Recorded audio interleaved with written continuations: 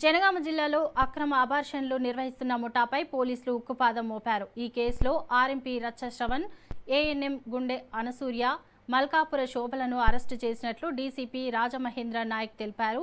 Scanning centre నిర్వాహకుడు ప్రవీణ్ ప్రస్తుతం పరారీలో ఉన్నాడని, అతని కోసం ప్రత్యేక బృందాలతో గాలింపు చర్యలు చేపట్టినట్లు తెలిపారు. అక్రమ గర్భ నిర్ధారణ పరీక్షలు నిర్వహించడం, లింగ నిర్ధారణ ఆధారంగా గర్భస్రావాలు చేయించడం చట్టరీత్యా తీవ్రమైన నేరమని హెచ్చరించారు. ఇలాంటి చట్టవిరుద్ధ కార్యకలాపాలకు పాల్పడిన వారిపై కఠిన చర్యలు తప్పవని డీసీజీ రాజమహేంద్ర నాయక్ స్పష్టం చేశారు.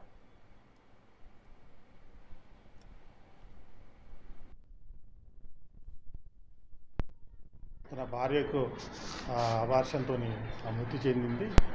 ఈ మృతి సంబంధించిన కారణాల గురించి అతని సస్పిషన్ ఉన్నదంటే కంప్లైంట్ ఇస్తాడు. ఇన్వెస్టిగేషన్ తెలియదు ఏంటంటే అతని వైఫ్ అంబాల శ్రావణి, ఆమెకు ఆల్రెడీ 2 ఆడపిల్లలు ఉంటారు.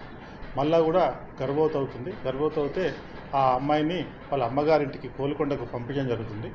మా బిడ్డకు ఆల్రెడీ 2 బిడ్డలు ఉన్నారు, మళ్ళా బిడ్డ అవుతుందేమో అని చెప్పేసి ఈ ఆర్ఎంపీ రచ్చ శ్రవణ్ కుమార్ని కలిసి ఎవరైనా తెలిసిన వాళ్ళు ఉంటే స్కానింగ్ చేయించుకోని చెప్పి ఈ గుండె అనసూర్య కూడా కలిసి చేయడం జరుగుతుంది. వీళ్ళు హన్మకొండలో ఉన్న శ్రీలక్ష్మి స్క్రీనింగ్ సెంటర్ శ్రవణ్ని కలిసి అక్కడ శ్రీలక్ష్మి క్లినిక్లో స్కానింగ్ చేయించుకుంటే ఆడపిల్లని తెలుస్తుంది. ఆడపిల్లని తెలిసిన తర్వాత 21వ నాడు వీళ్ళకి తెలుస్తుంది. 22వ నాడు ఈ గర్భస్రావం చేయనికి ఈ అనసూర్యాన్ని ఎవరైతే ఏఎన్ఎం ఎంతమంది ఏఎన్ఎం ఉందో ఆమె ఇంటికి తీసుకోవడం జరుగుతుంది. ఆమె ఇంట్లో ఈ గర్భస్రావం గురించి వాళ్ళు మందు వేయడం జరుగుతుంది.